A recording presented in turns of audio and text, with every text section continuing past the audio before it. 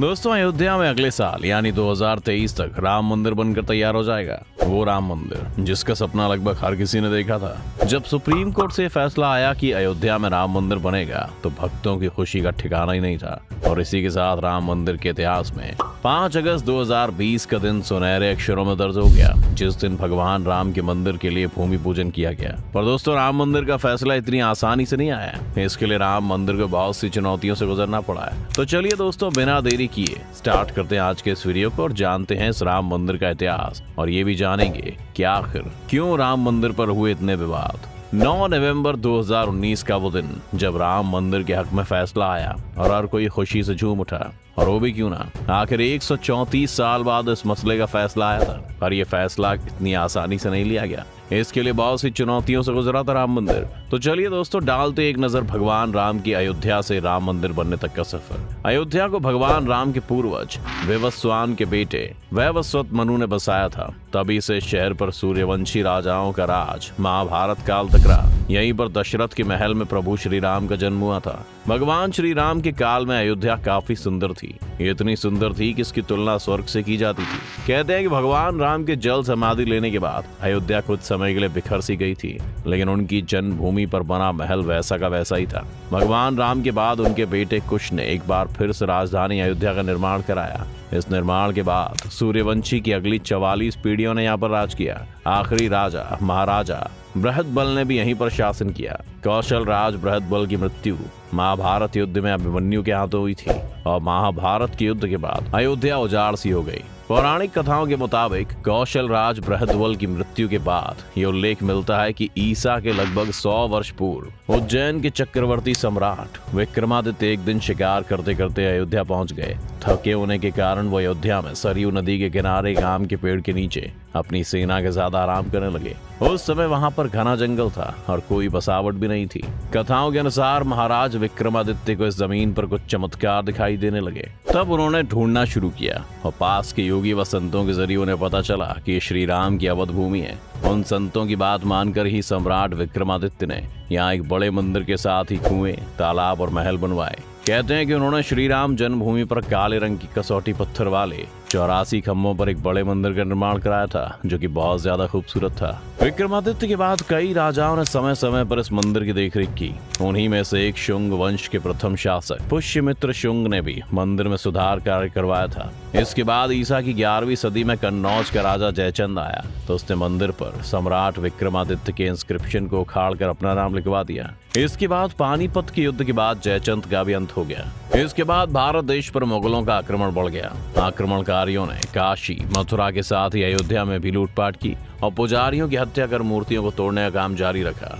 उन्होंने पूरे देश में मूर्तियों को तोड़ मंदिरों को उजाड़ा, लेकिन 14वीं सदी तक वे अयोध्या के राम मंदिर को तोड़ने में सफल नहीं हो पाए। जब देश में जगह जगह बहुत से आक्रमण हो रहे थे, तब उन्होंने सबको झेलते हुए श्री राम की जन्मभूमि पर बना भव्य मंदिर 14वीं सदी तक बचा रहा। ऐसा कहा जाता है कि सिकंदर लोधी के शासनकाल के दौरान भी यहाँ मंदिर मौजूद था। 14वीं शताब्दी में हिंदुस्तान पर मुगलों का अधिकार हो गया और उसके बाद ही राम जन्मभूमि और अयोध्या को नष्ट करने के लिए कई अभियान चलाए गए और आखिर में 1527-28 में इस मंदिर को तोड़ दिया गया और उसकी जगह बाबरी मस्जिद का ढांचा खड़ा किया गया। बाबरनामा के मुताबिक 1528 में अयोध्या पड़ाव के दौरान मस्जिद निर्माण का आदेश बाबर ने दिया था। तब मुगल साम्राज्य के संस्थापक बाबर के एक सेनापति ने बिहार अभियान के समय मस्जिद बनवाई थी, जो 1992 तक विद्यमान रही। अयोध्या में बनाई गई मस्जिद में खुदे 2 संदेशों से इसका संकेत भी मिलता है। इसमें एक पर कुछ संदेश लिखा हुआ था, जिसका मतलब है जन्नत तक जिसके न्याय के चर्चे हैं। ऐसे महान शासक बाबर के आदेश पर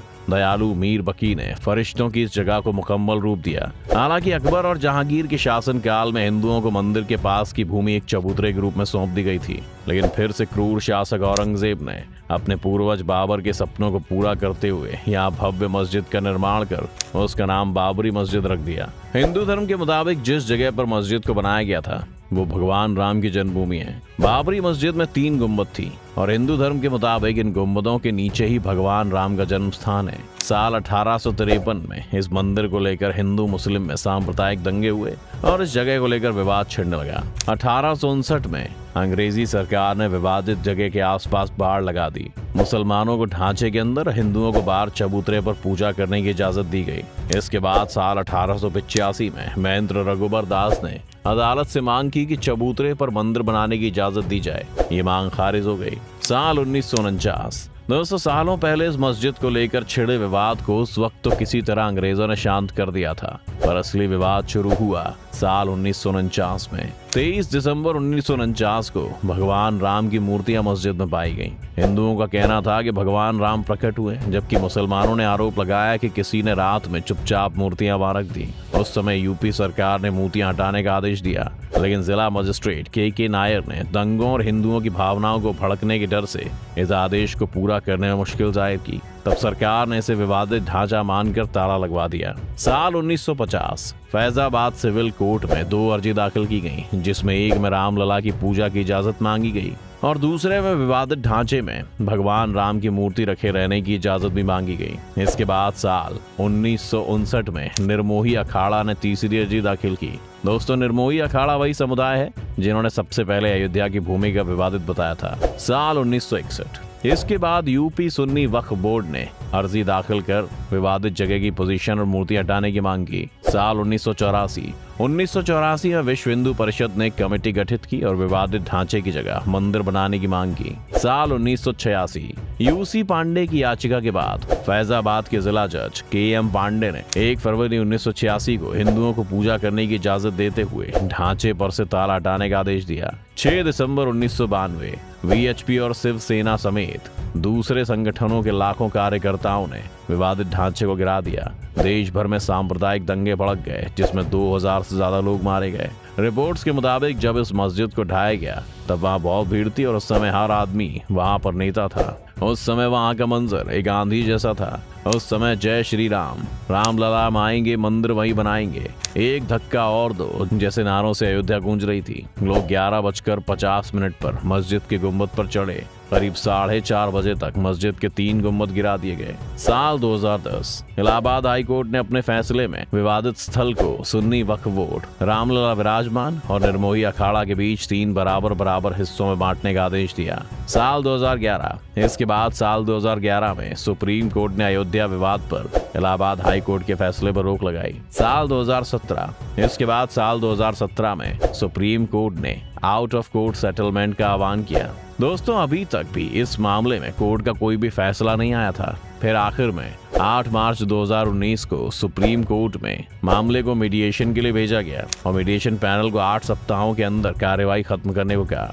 1 अगस्त 2019 को मीडिएशन पैनल ने रिपोर्ट प्रस्तुत की, लेकिन उस वक्त भी सुप्रीम कोर्ट के मुताबिक मीडिएशन पैनल भी इस मैटर को नहीं सुलझा पाया और कोई फैसला नहीं दे पाया। 6 अगस्त 2019 से सुप्रीम कोर्ट में अयोध्या मामले की रोजाना सुनवाई शुरू हुई। 16 अक्टूबर 2019 को अयोध्या मामले की सुनवाई पूरी हुई और सुप्रीम कोर्ट ने फैसला रिजर्व रखा। अयोध्या मामले पर सुप्रीम कोर्ट ने अपना फैसला सुरक्षित रख लिया है। इसके बाद आया वो दिन जिसका वर्णन भारत के इतिहास में सुनहरे अक्षरों में किया जाएगा, जिस दिन 134 साल पुराने अयोध्या मंदिर मस्जिद विवाद पर सुप्रीम कोर्ट ने अपना फैसला सुना दिया। 9 नवंबर 2019 को सुप्रीम कोर्ट ने चीफ जस्टिस रंजन गोगोई की अध्यक्षता में 5 मेंबर कॉन्स्टिट्यूशन बेंच ने सभी की सहमति से फैसला सुनाया। इसके तहत अयोध्या की 2.77 एकड़ की पूरी विवादित जमीन राम मंदिर निर्माण के लिए दे दी। मस्जिद के लिए अलग से 5 एकड़ जमीन मुहैया कराने का आदेश दिया और इस तरह इतने सालों की कानूनी जंग के बाद आखिर में अयोध्या में राम मंदिर बनने का फैसला आया।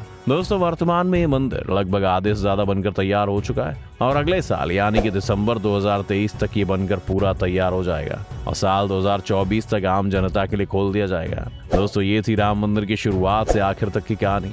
आपकी राम मंदिर को लेकर क्या राय है, हमें हमारे कमेंट सेक्शन में जरूर बताएं। तो दोस्तों, आज की इस वीडियो में बस इतना ही। उम्मीद है आपको आज की इस वीडियो से काफी कुछ सीखने को मिला होगा। अगर आपको वीडियो पसंद आए तो वीडियो को लाइक करें और अगर आप इस चैनल पर नए हैं तो जाने से पहले चैनल को सब्सक्राइब करना भी ना भूलें।